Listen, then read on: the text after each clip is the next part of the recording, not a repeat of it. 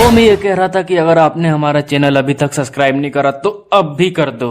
नहीं तो बड़ा पछताओगे, बड़ा पछताओगे।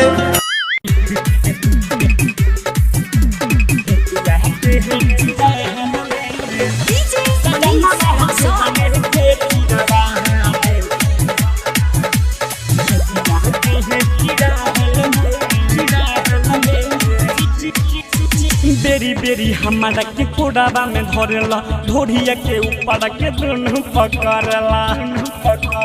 हे राजा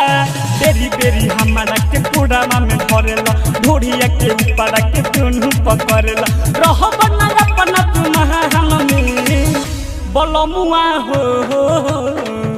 सजनवा हो बलमुआ हो जो बना के Chirawa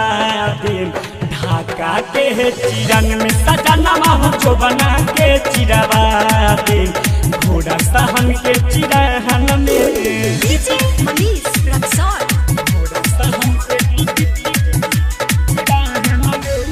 Jaswal Mowgli Bollywood studio Delhi. घोड़ा सहन के चिरहन में लइका के बुद्धि लेखाए सैया बुद्धि नु तो हाडबा एही रहन सहन से हमर बथ का पहाड़बा। ए राजा लइका के बुद्धि लेखाए सैया बुद्धि नु तो हाडबा एही रहन सहन से हमर बथ का पहाड़बा। देह मोर कापे लह जब जब दाबेल दलल रहेल परसान में बलमुआ हो सजनवा हो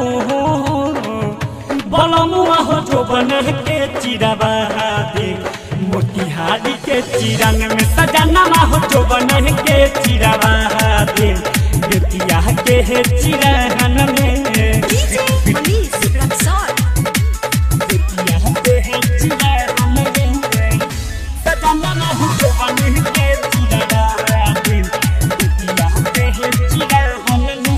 गांधी बलमुआ बनल तू बारो काहे लाए तनत हे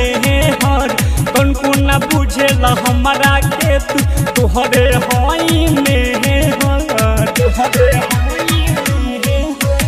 गांधी बलमुआ बनल तू बारो काहे लाए तनत हे हर कौन को न बुझेला हमारा के तू तोहरे होई में हर मुकेश करन हो बिगड़त मन हो मनी मनिया के खरिहान में बलमुआ हो सजनवा हो बलमुआ हो जो बन के चिरावा दे नेपाल के चिरंग में सजनवा हो जो बन के चिरावा दे बीरगंज के